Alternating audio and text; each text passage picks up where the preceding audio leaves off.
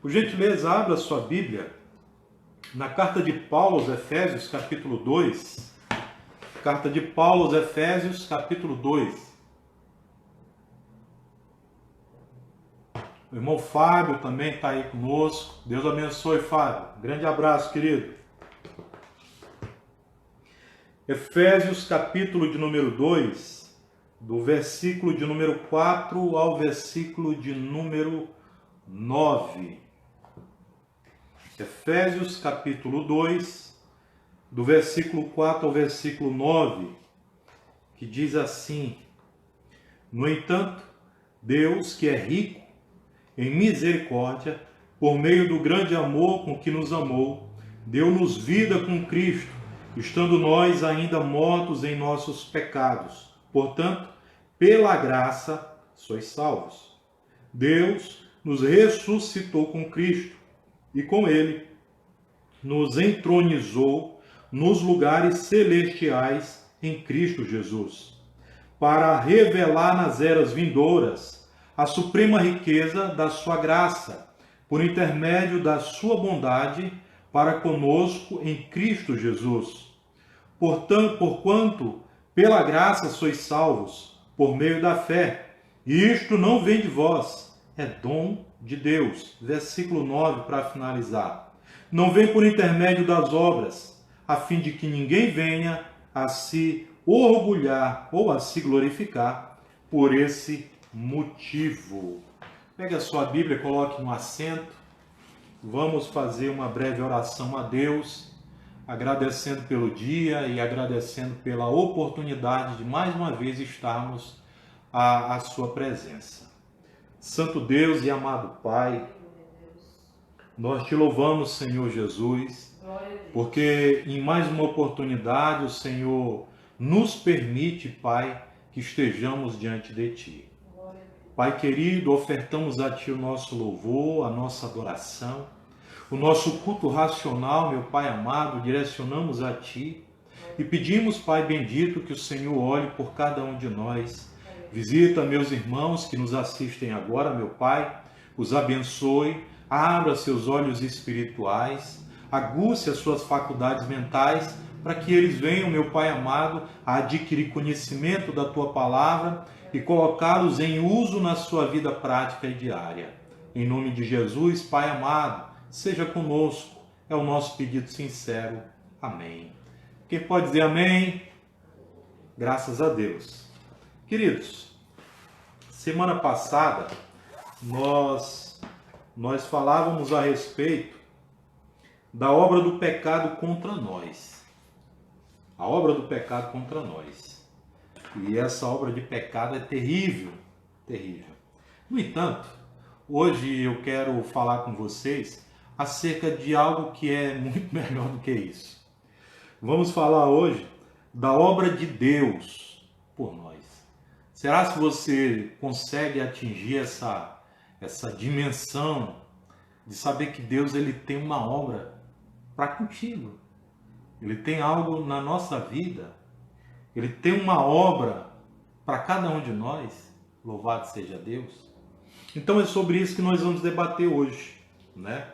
O homem pecaminoso, ele é colocado em segundo plano.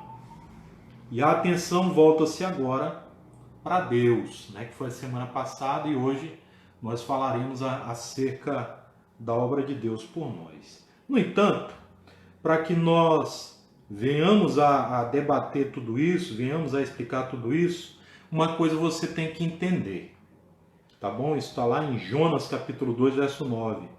Ao Senhor pertence a salvação. Repita comigo se você puder. Ao Senhor pertence a salvação, tá bom? Guarde esse versículo contigo. E isso é muito bom guardar, porque assim nós não inflamamos o nosso ego ou o nosso alter ego e achamos que em nós temos salvação. Muito pelo contrário. E você vai entender tudo isso a partir de hoje, a partir desse momento, tá bom? Olha só, nós somos lembrados então de 4 coisas que Deus fez em nosso favor. A primeira delas, Deus nos amou. A segunda delas, Deus nos vivificou. A terceira, Deus nos exaltou. E a quarta, Deus nos guarda. Amém? Então perceba uma coisa. Primeiro, Ele nos ama, nos vivifica, nos exalta e nos guarda. Louvado seja Deus. Então essas quatro coisas que nós estamos debatendo hoje, você vai entender que se relaciona diretamente com a nossa salvação.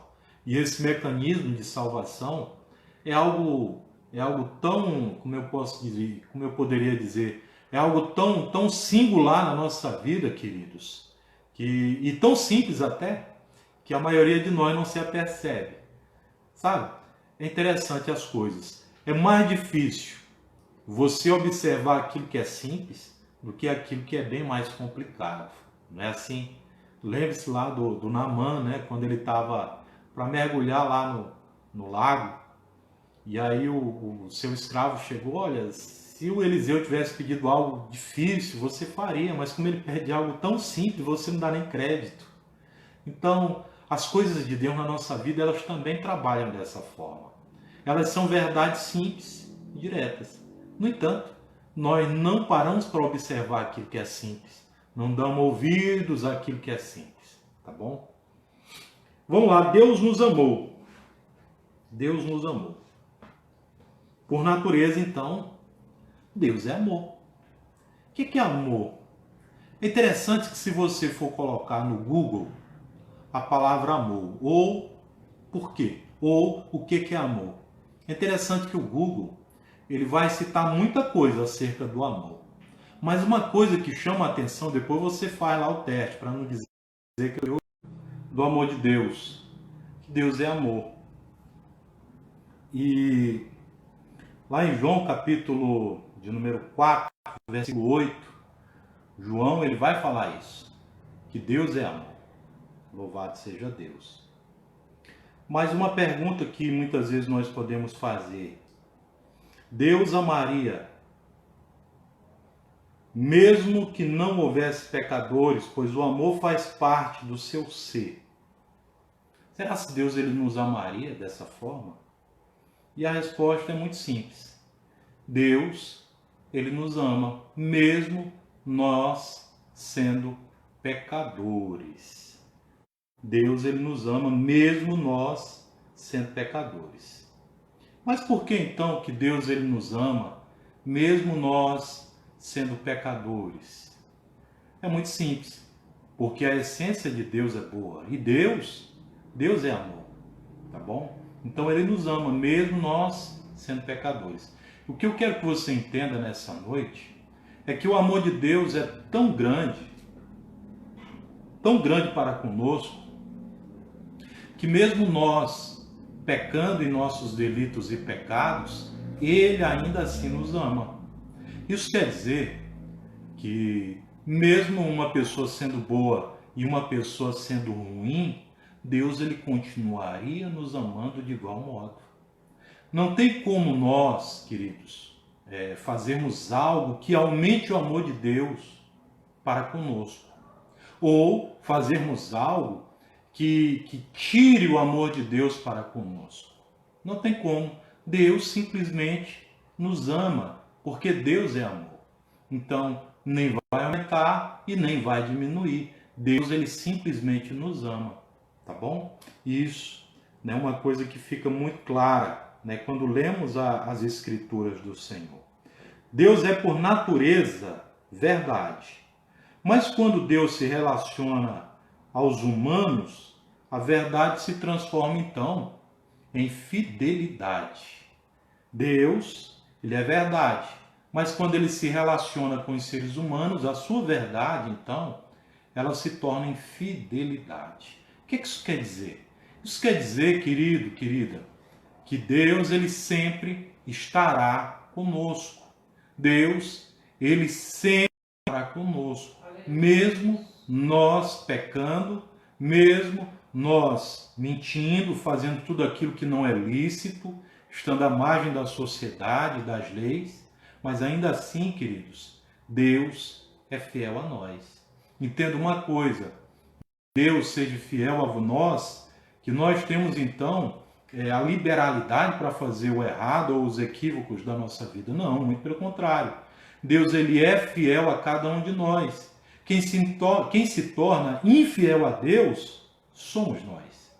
Nessa relação entre Deus e os homens é que são infiéis a Ele, tá bom?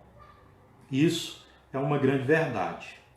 Deus, ele é por natureza santo. Deus é santo. E você também é santo. Como eu já expliquei anteriormente, você é santo em outras oportunidades, porque você é separado. Mas Deus ele tem esse atributo de santidade. Então Deus ele é santo, a sua natureza é santa. Mas quando ele se relaciona com os seres humanos, essa natureza santa de Deus, ela se torna então justiça. Deus é santo, mas a sua santidade em relação a nós, seres humanos, ela se transforma em justiça, tá bom? Deus é amor, mas também é justiça. E a justiça de Deus, ela se relaciona conosco de diversas formas.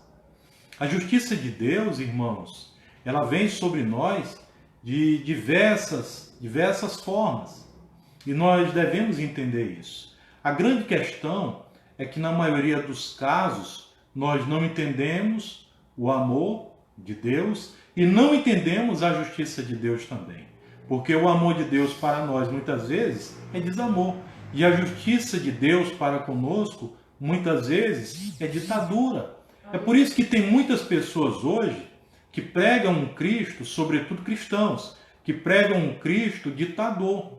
Mas a Bíblia Sagrada, ela não nos apresenta um Deus ditador. Ela nos apresenta um Deus que é amor. Só que Deus ele ama tanto, de tal forma, o nosso povo, queridos, que ele tem que trabalhar em nosso meio com justiça. A santidade de Deus, quando ela se relaciona conosco, ela automaticamente se transforma em justiça. Amém? O amor é um dos atributos de Deus. Isso é sem dúvida. No entanto, existe mais uma coisa interessante acerca disso. Quando o amor de Deus se relaciona aos pecadores, o amor de Deus então ele se transforma em graça e em misericórdia. Louvado seja Deus. Quando o amor de Deus se relaciona comigo ou com você, o amor de Deus se transforma em graça e em misericórdia. E é isso que Paulo ele vem escrevendo nesta carta, que Deus ele nos amou, que Deus ele nos exaltou, que Deus ele trabalhou no nosso interior, que Deus ele esteve conosco, que Deus é justiça e que Deus é misericórdia e é graça.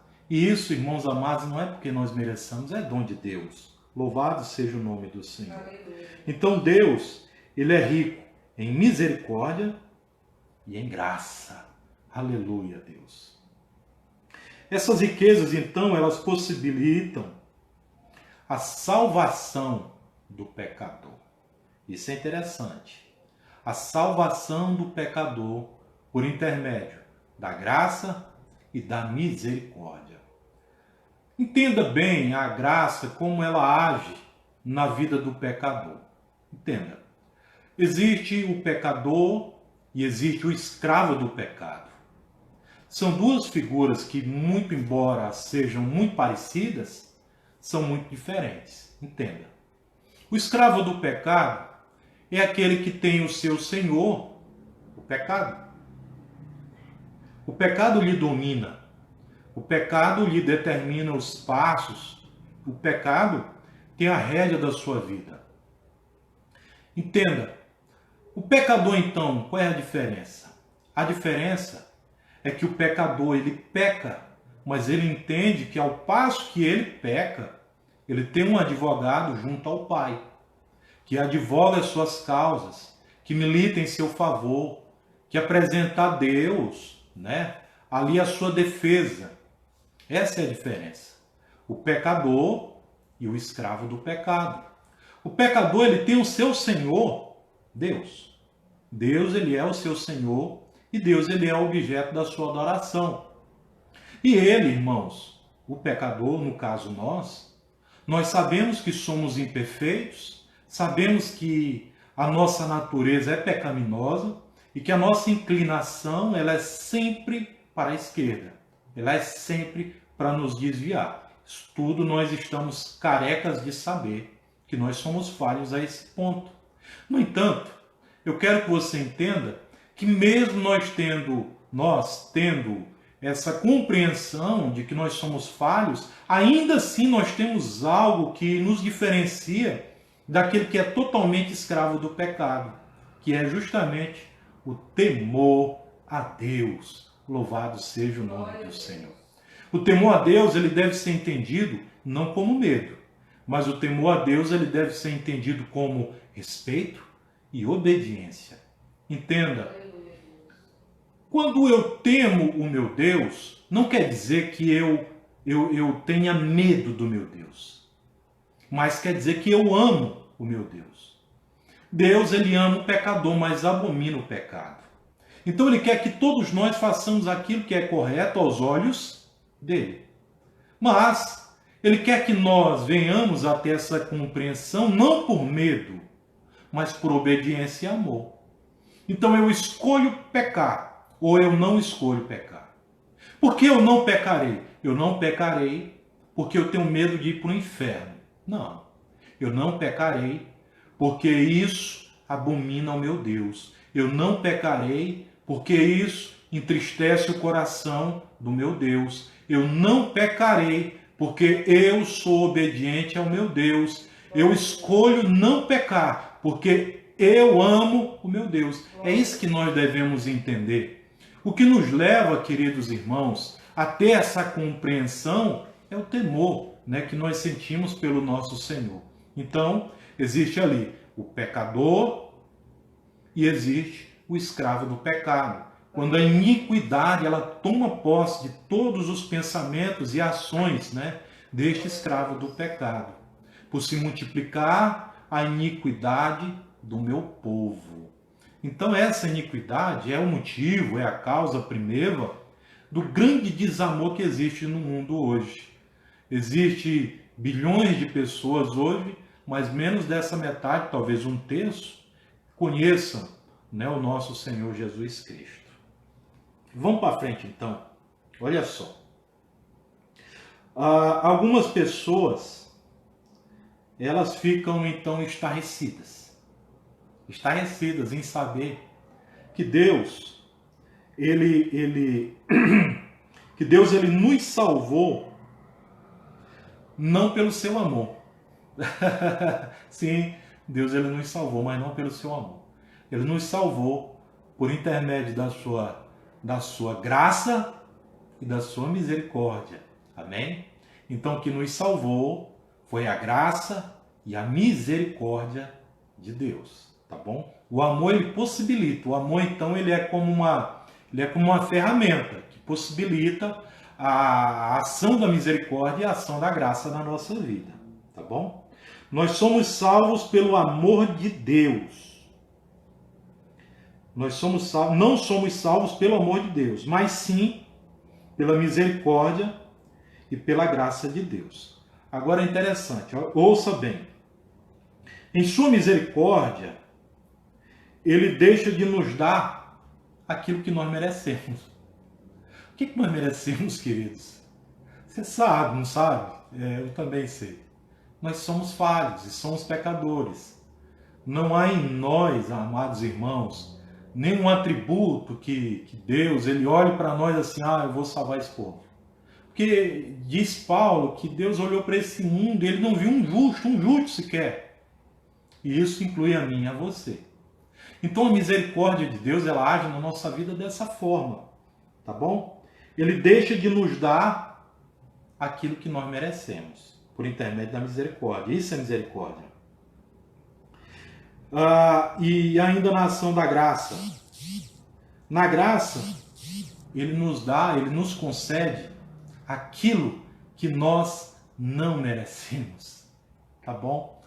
Por intermédio da graça, nós recebemos aquilo que não merecemos. A misericórdia, ela age na nossa vida, a misericórdia, ela age na nossa vida, tirando ou nos livrando, né? Ela age na nossa vida, ela deixa de nos dar aquilo que merecemos. E a graça, ela nos dá aquilo que não merecemos. Então a graça e a misericórdia, elas agem dessa forma. Louvado seja Deus. Deus, então, ele é amor, ele nos amou. Deus, então, ele nos vivificou. O que é vivificar? Vivificar não é trazer simplesmente a vida. Vivificar é aumentar essa vida.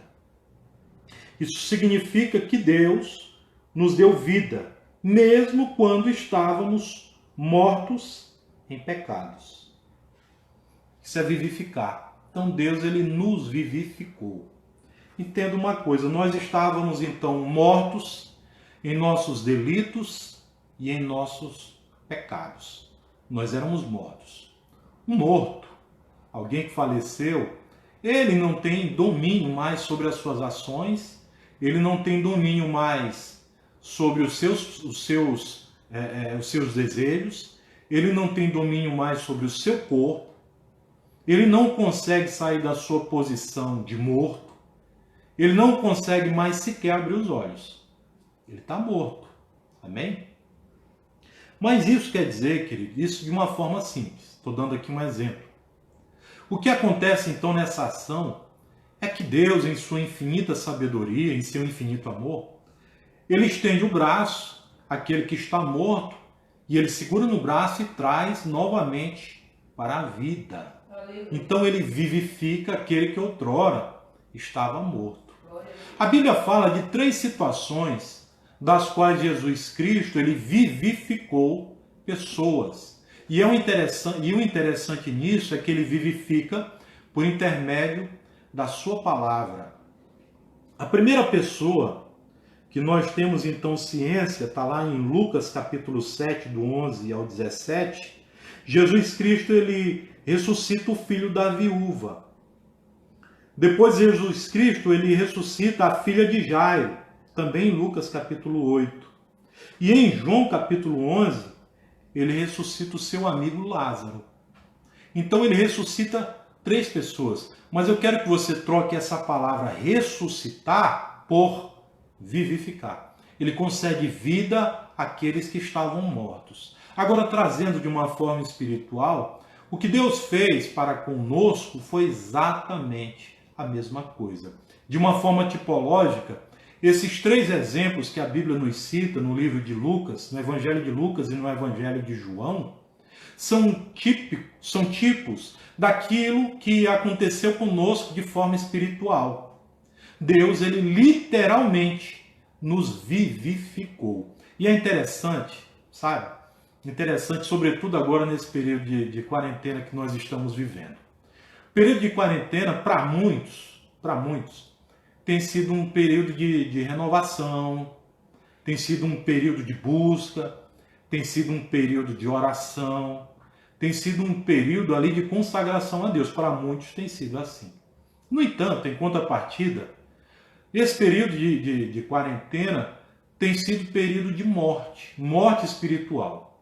Muitos de nossos irmãos, eles têm morrido espiritualmente, porque já não tem mais ânimo para ler a palavra, já não encontra mais ânimo para orar, já não encontra mais um sustento ali, alguém para lhe direcionar.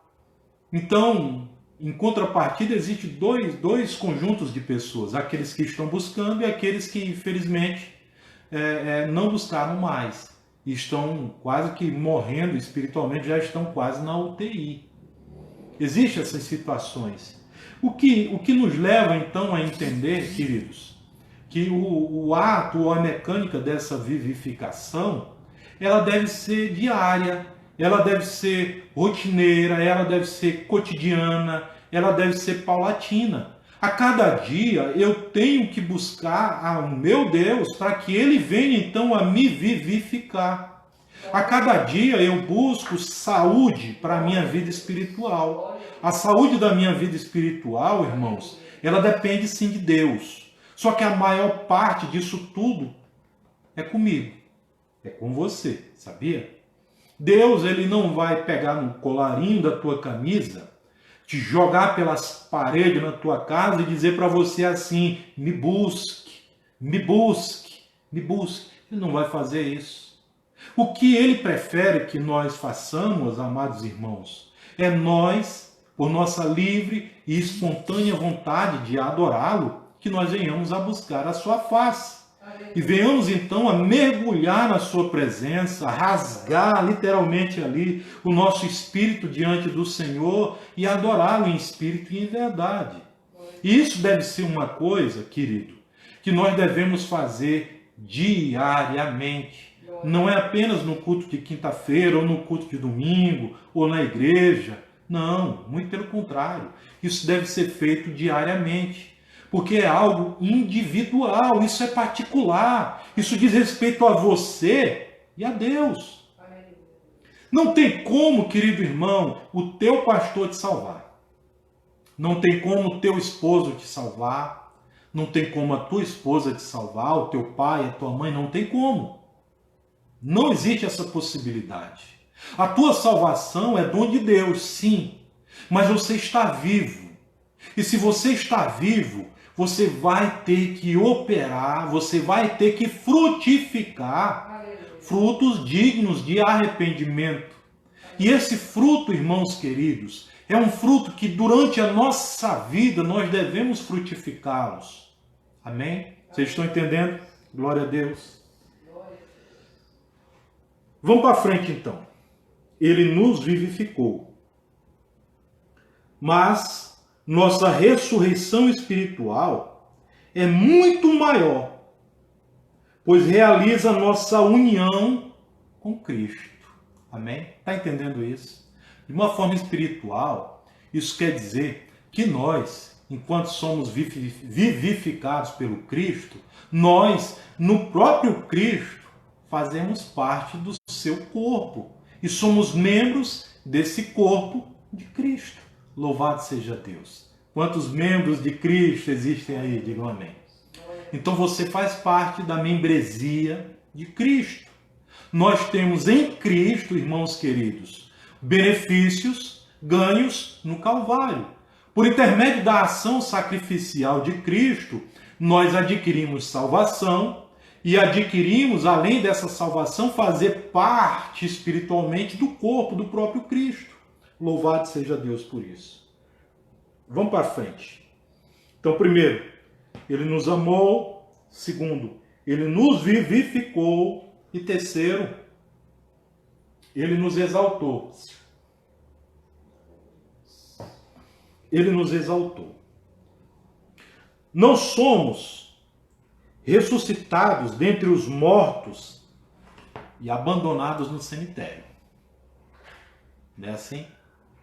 Um período onde tem se abrido aí tantas valas, esperando, quem sabe, pessoas perderem as suas vidas, o que eu acho terrível.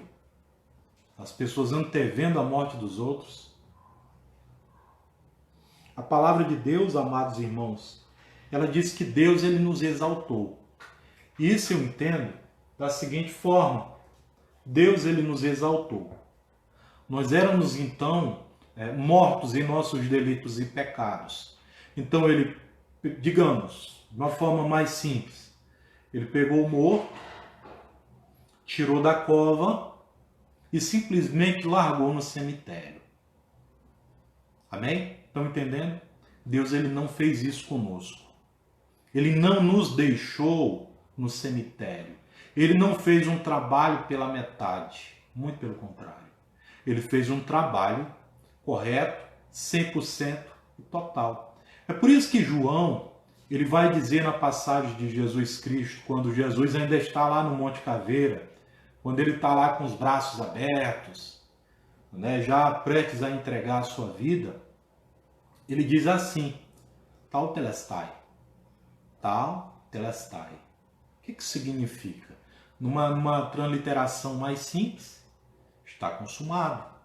Uma palavra muito comum, está consumado.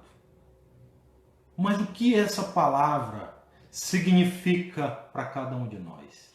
Significa que para sempre estará consumado. Isso quer dizer que o Antigo Testamento, o Novo Testamento e o pós, todos serão salvos pela ação do Cordeiro de Deus que tira o pecado do mundo. Aleluia. Entenda quando eu digo Antigo Testamento, o Cordeiro foi imolado antes da fundação do mundo. Isso quer dizer que toda a raça humana, que toda a humanidade, ela encontra salvação apenas na pessoa do nosso Senhor e Salvador Jesus Cristo. Glória a Deus. Então Deus, Ele nos exaltou. Uma vez que fomos unidos com Cristo, também fomos exaltados com Ele e compartilhamos de seu trono nos lugares celestiais. A parte do celestial é alegria, né? A parte do celestial é aquilo que mexe, né, conosco. Porque Paulo ele vai dizer que assim como o nosso Senhor ele subiu, ele foi aos céus, ele voltaria. E diz a palavra de Deus, por intermédio de Paulo, né, nas cartas de Tessalonicenses, que a igreja seria então arrebatada. Acho que 1 Coríntios 15, se não me falha a memória, vai dizer então que aquele corpo que era corruptível, né, ele se reveste da sua incorruptibilidade, e aquilo que é mortal se reveste da imortalidade. Então cumprir-se-á a palavra do Senhor, que diz: onde está a morte o teu aguilhão, e etc e tal. O nosso corpo vai ser transformado ali. Amém? Isso nós entendemos então como exaltação. Durante toda uma vida, queridos, nós temos a opção da escolha. Isso para quem acredita dessa forma, para os que nos assistem e acreditam dessa forma, aos que creem no livre-arbítrio. Pois bem, nós temos essa escolha, servir a Deus ou não. Ponto. Ponto facultativo. A salvação que Ele nos concede não é por intermédio da nossa obra. Não entenda como obra, tá bom? Não é pela nossa obra. É porque Ele nos amou. Ponto. E sob o seu amor Ele trouxe então a graça e a misericórdia, que foram os atos da nossa salvação. No entanto, aquilo que fazemos, essas obras que fazemos, Paulo ele vai classificá-las, também na primeira carta de Coríntios, ele vai classificá-las também como tipos de obra. Aí ele vai fazer dois conjuntos de obras. Obras de pena, aliás, obras de palha, feno e madeira. Essas se consomem com uma facilidade, né, atroz. Em contrapartida, ele vai dizer que existe um outro conjunto de obras. Pedras preciosas, né, ouro. Ele vai falar sobre esses outros atos, esses tipos de obras que são mais preciosas. Eu não vou entrar no mérito aqui das obras, mas eu quero que você entenda que quando Deus ele nos exalta em Cristo, quer dizer, querido irmão, que a nossa vida, a tua vida, aquilo que você faz para Deus não é vão. Aquilo que você faz de benefício para Deus não é vão. Porque tudo aquilo que você faz para Deus, tudo aquilo que você abdica no mundo em amor ao Senhor, existe ali o seu devido pagamento. Nada será vão. A palavra de Deus ela diz que até um copo com água fria, não é nem gelado, um copo com água fria, ela terá o seu devido galardão. Quanto mais as outras coisas. Olha só, lá em 1 Coríntios 15, 58, ele diz assim, 57. Contudo, graças a Deus, que nos dá a vitória por intermédio de nosso Senhor Jesus Cristo. 58, olha só. Portanto, meus amados irmãos, permaneceis firmes e que absolutamente nada vos abale, ou firmes e constantes, Dedicai-vos dia após dia à obra do Senhor, plenamente consciente de que no Senhor, todo o vosso trabalho jamais será improdutivo. Amém? Você terá o seu galardão. Deus, ele vai te exaltar. Louvado seja Deus. Para finalizar, Deus, ele nos amou, nos vivificou, nos exaltou e ele nos guarda também. Deus, ele nos guarda. O propósito de Deus, ao nos redimir, não é apenas nos salvar do inferno. Por maior que seja essa obra, seu propósito maior ao nos salvar é que a igreja glorifique a graça de Deus por toda a eternidade. Efésios 1, 6, 12 e 14. Então, irmãos, é isso que ele quer que nós façamos. Que nós venhamos a glorificá-lo eternamente, exaltá-lo eternamente.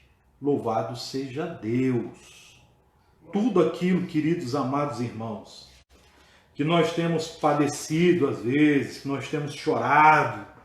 Ei, fique triste não, tudo vai passar e você vai cantar, irmãos queridos, no final, um cântico espiritual, porque você vai fazer parte de um grande coral. Louvado seja Deus.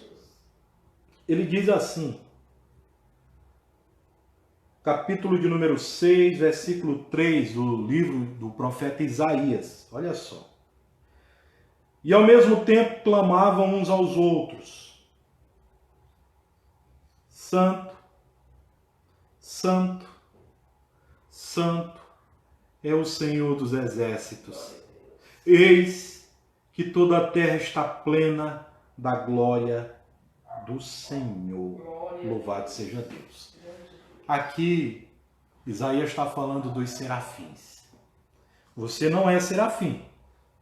Você não é serafim. Mas a palavra de Deus diz, querido irmão, que quando ele nos guarda, ele toma para si. Ele protege. Louvado seja Deus.